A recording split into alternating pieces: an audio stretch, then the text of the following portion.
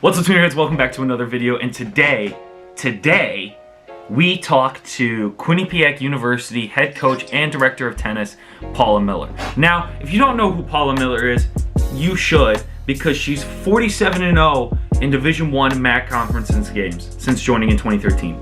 That's right, 47-0. Now, I've never talked to someone with that much greatness before. I actually got recruited to Quinnipiac. Kind of pissed I didn't go, not gonna lie. But I'm very excited that I get to share her story with you guys, and I'm very excited for you guys to listen. So here's the interview with Paula Miller right now. Ready? Go.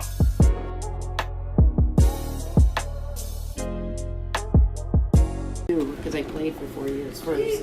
So Exactly. Everything's all combined. I can't remember who played with who.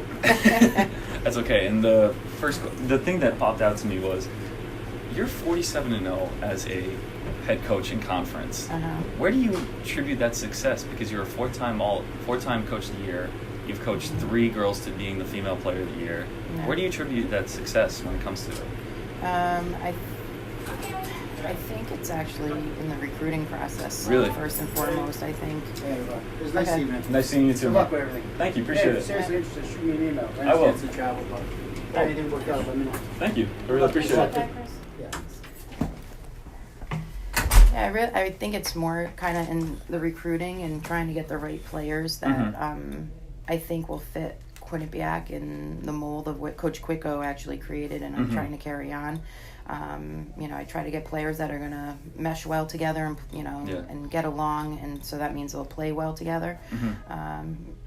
I think I've been lucky with the players I've been getting the past few years. So, attributing from what Quicko started and moving forward, I kind of learned from him, and I just kind of keep that same style.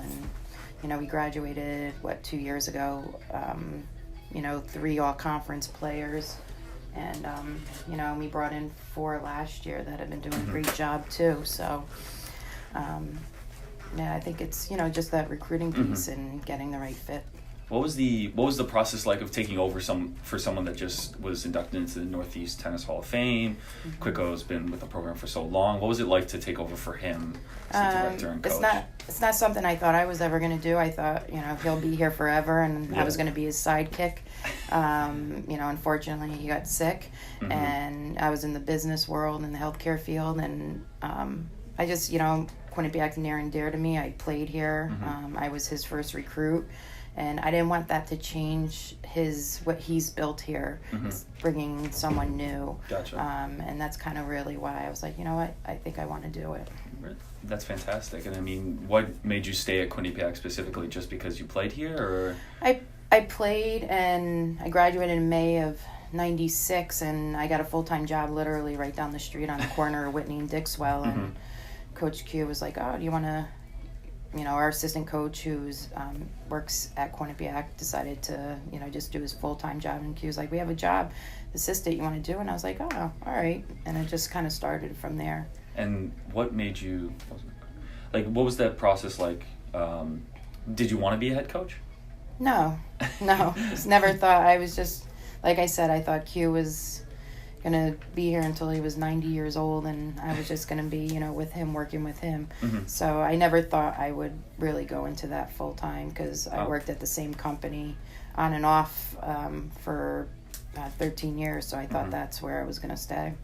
And you talked about this a little bit before, but when you recruit to Quinnipiac, what's the number one thing you push when you talk to a kid coming here, or what's that biggest attribute when you talk to them when you're advertising Quinnipiac? Family. Really? I've been here for so long that it's very family oriented. The men and women are very close. I feel like I have a very close relationship with all my girls. So I think it's just you get a different feel when you're here. It's like that family orientation, and everyone knows each other. And I think people get that feel when they come here. So I think that's something, I sell. And, the girls have always been very successful in the classroom too. So I kind of tell them, first and foremost, they're here for school, second tennis, because if they're coming here, they're not going to go on the pro tour or anything like that. So, they like the aspect that education is the first thing. And what's that biggest challenge that you try to overcome when recruiting someone, or if they're a split decision? Besides family, what else do you kind of look for, not just academically? For you, what do you... You talk to them on the phone. A lot is text now with kids because of technology, but I still like the initial phone calls because I've been doing it for so long. Yeah. And it's really how they communicate and talk to me. I've been doing it for so long that relationship I think I build with them is, I'm kind of like their mom, their family away from home. And I want to make sure like they're going to fit. And I think it's just that communication more than anything. And, I look at their grades and, if they're going to fit the academic profile of what we try to bring in as a student athlete. Do you ever get worried that you might become too close with a player, or do you think because you're trying to create that family aspect, it makes it better? No, I think it makes it better. I think I don't have parents involved. They're trusting. They all say it. They trust me with their kids. And we'll have ups and downs just like everyone else. And, they'll get mad at me or upset with me on, got to be strict on some things and may not decide, like my lineup on that day because they're all great players. Yeah. But at least we have that open door policy where that, we are able to communicate everything. And how do you coach someone that's gone to the ITAs? I mean, you had a couple go this year, and especially in California with the ITA Masters. Yeah. Talk to me about that process and what it's like to be a part of something so great like that. Yeah, that's been amazing. The past 3 years, we've been able to go to the ITA Oracle at Pepperdine. So that's a player of year of every conference in Division I that gets to go. So we've had Cecilia Rancelli the first year, Jennifer Liu last year, and Dominique Vasili this year. And you're playing the top player in every conference in Division I, and it's high level competition. So we have to prepare better by having them hit with the guys because those girls at that level hit like the men that are on our team. Of course. So Dom did a great job. I mean, she lost to the girl who won the whole thing in the first round. And Gonzaga. No, this was girl from Miami. Oh, yeah, that's right. Yeah. University of Miami girl. And, she had a lot of deuce games opportunities. And then she lost to the Furman girl in the back draw who ended up winning that too. And she had the first set. She lost 6-4 and she lost 4 deuce games. So she really could have won that first set. It's just, that pressure and just that higher level player, like, oh my gosh, I'm going to possibly beat her. So I think it just gets us ready for competition when we come here because that's just so high level. What do you try to take more than one person, or? You don't have a choice. You get invited and you go, and they play mixed doubles, usually with the player of the year in your conference. But this year, none of the men went from our conference. Yeah. Wow. Because it's Monmouth, and they just got a new coach, so I don't think he started in time. Oh, very nice. But I think you said none of these kids are going pro, but how do you, if you have someone, a high-level recruit that's looking to go pro or start the junior level a little bit earlier, how do you kind of convince them to go to college first rather than go straight into the life that is a pro player? So I had a girl that I was recruiting this year coming in who was a very high-level player, and her question to me was, could you take me to these tournaments? I don't have the budget or the full-time assistant to run programs for me. So it's hard for me to get one of those top-level players because I just don't have the resources and the funding to, her thing was, could you take me so I could play in those big tournaments and to prove myself and, possibly go pro or, get into all those big national level tournaments that we don't get into. And I was honest with her. I just can't. I don't have someone to run the rest of the team and I don't have the funds to do it. So that would be at a different time if we got more funding and, a full-time assistant. That's a possibility. But I'm honest with them that that's something I just can't do at this time. If you had the resources, would you encourage more players to do it or no? I would, if they would have to get invited, most of them. Yeah.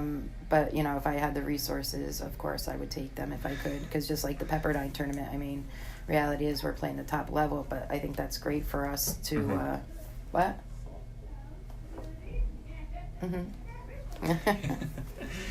How do you differentiate yourself as a director versus a coach? I feel like, do you have priority for yourself or for your team, or is it hard to balance it? No, I think just because Chris Pappas, our men's coach, is only part-time. Okay. So I pretty much, he runs practices, he runs matches, he does the recruiting, and I do everything else. Oh. So that's kind of like my director role is, I'm doing the budget, I'm doing the scheduling. He just, he's part-time. I can't have him do all that. So, okay. I do the ordering of everything. So that's kind of my goal, is oversee them. He does a great job what he has as being part-time, but, I just don't want to put too much on him because he is part-time.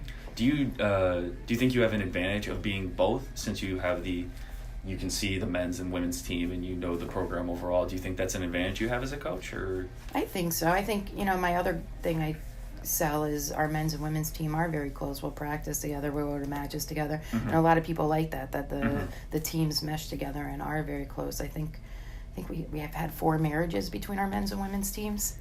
Really? Yeah. Wow. Yeah, so, since I've been here, so it's been a while, but, that's still... That's great.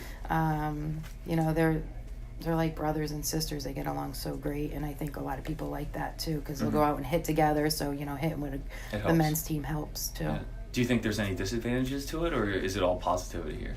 It's all positive. I'd like Chris to be full time, and he could take everything into his hands, and I'm sure he would too. But besides that, it's been great. Do you ever feel like he should be more full time, or? He's the only head coach that's not full time here. Oh, really? Oh, why is that? It's just because... when Coach Quicko was here, he coached both, so we split the programs. So hopefully somewhere down the road that will happen. Okay, great. And I think my last question for you would be, what would be the next step, or what's your goal moving forward with the program or as a women's coach? So, of course, it's to keep winning conference and going to the NCAAs. Of course. But I want bigger and better. We haven't won a set in the NCAAs. We haven't won a point in the NCAAs. I can't say to win a match yet. Yes, that would be the ultimate goal, but right now to win a point or two would be great. We always end up playing a top 10 team in the nation, which is tough. At some point, I just hope we keep getting these, increase in the players that we get, and that at some point we'll get a couple points and then hopefully win a round, down the road. Do you think that's hard to coach players, just to, instead of just seeing like the big picture, it's like, oh, we can't win this match, but they're looking more forward? Yeah, I don't think they see it. I have to, most of the time, last year we were so young with 3 freshmen starting, they didn't know what to expect. Oh, wow. But the year prior to, we had seasoned people that have been going every year, and their expectations are we could win. And when we were at Texas Tech 2 years ago, we did the best we had in all the years that we've gone. So, hopefully we'll win again this year and go again. And now, we only have 1 freshman, and that these sophomores are now, they were a little nervous, and going forward, hopefully they know what to expect. And, we play some tough competition in the in the season too, that you never know what's going to happen. What do you think is the hardest thing, like winning so much? We have a target on our back. Yeah. And, our conference is getting stronger, and, everyone that comes out, they have nothing to lose against us. We're the ones, at some point it's going to happen, but I hope it's far down the road. I get nervous every match, and but they, we keep fighting and we keep winning, so hopefully it continues. Do you think the kids feel that as well, or no? No, I don't think so. Really? Yeah, I think they're pretty confident in that they see the momentum all the time and they kind of go with it. Yeah, so, wow. Again, like I said, our conference is getting stronger, and I think it's great, and I love it. And I just think we keep getting stronger too. So fantastic. Thank you, Paula. I really no problem. I just want to say thank you again to Paula Miller for taking her time out of her day, and for Quinnipiac University for letting me do this interview with her. She's a great coach, great person as well, and Quinnipiac's such a great program as well. So if you want to learn more about their program, check out the link in the description to Quinnipiac University Athletics. If you want to find out more about Paula Miller in our blog, go to tweenerheadtennis.com. If you want to follow us on all our social medias, Facebook, Twitter, Instagram, you know what to do. Just check those all out. Leave a like on this video if you want to see more of this content, and subscribe to the channel. We have a lot more coming soon, so stay tuned. Make sure you keep following, guys. See you soon. Yonder.